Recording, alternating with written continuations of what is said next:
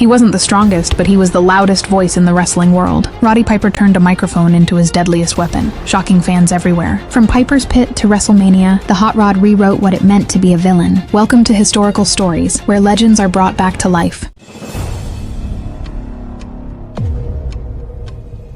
Roddy Piper, the unfiltered legend of wrestling's wildest talker. Roderick George Toombs, known to the world as Roddy Piper, was one of wrestling's most electrifying and unpredictable figures. Born on April 17, 1954, in Saskatoon, Saskatchewan, Canada, Piper's early life was defined by hardship and restlessness. Expelled from junior high and estranged from his father, he turned to the streets as a teenager, carrying a bagpipe as his constant companion, something that would later inspire his wrestling persona. He began boxing, learned judo under Jean LaBelle, and immersed himself in the world of combat sports before stepping into the wrestling ring at just 15 years old. Piper debuted in the early 1970s, wrestling for regional promotions in Canada and the United States. He often entered to the sound of bagpipes, instantly setting himself apart with his Scottish-themed gimmick. While his in-ring skills were impressive, it was his charisma and ability to captivate an audience with a microphone that elevated him above his peers. His quick wit, unfiltered trash talk, and razor-sharp comebacks made him one of wrestling's most memorable characters, earning him the nickname the Hot Rod. By the late 1970s, Piper was gaining national attention, particularly during his time in Georgia, Championship Wrestling, and the National Wrestling Alliance, NWA. His notorious feuds with stars like Greg Valentine and Cowboy Bob Orton showcased his talent for blending athleticism with storytelling. A legendary dog collar match against Valentine at Starrcade, 1983, cemented his reputation as both tough and innovative. Piper's career skyrocketed when he joined Vince McMahon's World Wrestling Federation, WWF, in 1984. He quickly became one of the company's most valuable villains during the rock and wrestling era. Unlike many heels of the time, Piper didn't need to cheat constantly. His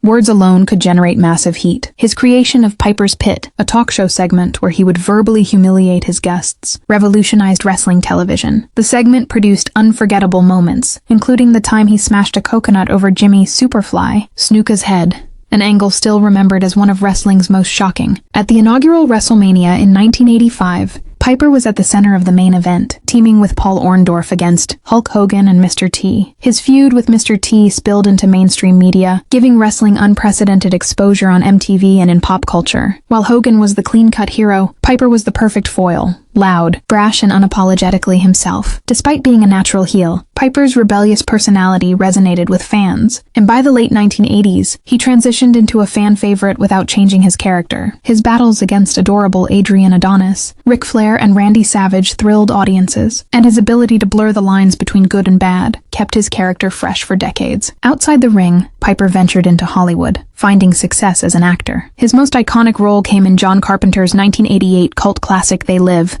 where his portrayal of a drifter who discovers aliens have infiltrated society earned him cult hero status. The film's famous line, "I have come here to chew bubblegum and kick ass, and I'm all out of bubblegum," became synonymous with Piper himself. Throughout the 1990s, Piper continued to reinvent himself. He returned to WWF sporadically before joining World Championship Wrestling, WCW, in 1996, where he engaged in heated rivalries with Hulk Hogan and the New World Order, NWO. His arrival gave WCW a surge of credibility, as his unpredictable promos and old-school defiance stood out during the Monday Night Wars. Though his body suffered from decades of punishment, Piper's spirit never faded. He became a mentor to younger wrestlers and appeared in both WWE and independent circuits throughout the 2000s. He was inducted into the WWE Hall of Fame in 2005, with Ric Flair inducting him in a moment filled with emotion and respect. Roddy Piper's personal life was marked by resilience. Married to Kitty Jo Toombs for over 3 decades, he was a devoted husband and father of 4. Despite struggles with health issues including cancer, Piper remained a beloved figure to fans and colleagues alike. His authenticity, humor, and passion for entertaining never wavered. Tragically, on July 31st, 2015, Roddy Piper passed away in his